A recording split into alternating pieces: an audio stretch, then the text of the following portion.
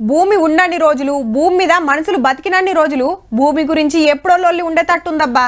కింద జనాభా పెరుగుతుంది గాని భూమి ఎంత ఉండాలనో గంతే ఉంటదాయే. మళ్ళా ఇంత రేట్లు పెరగబట్టే ఇగేముంది, ఏడ చూడు ఏదో ఒక గడబడే.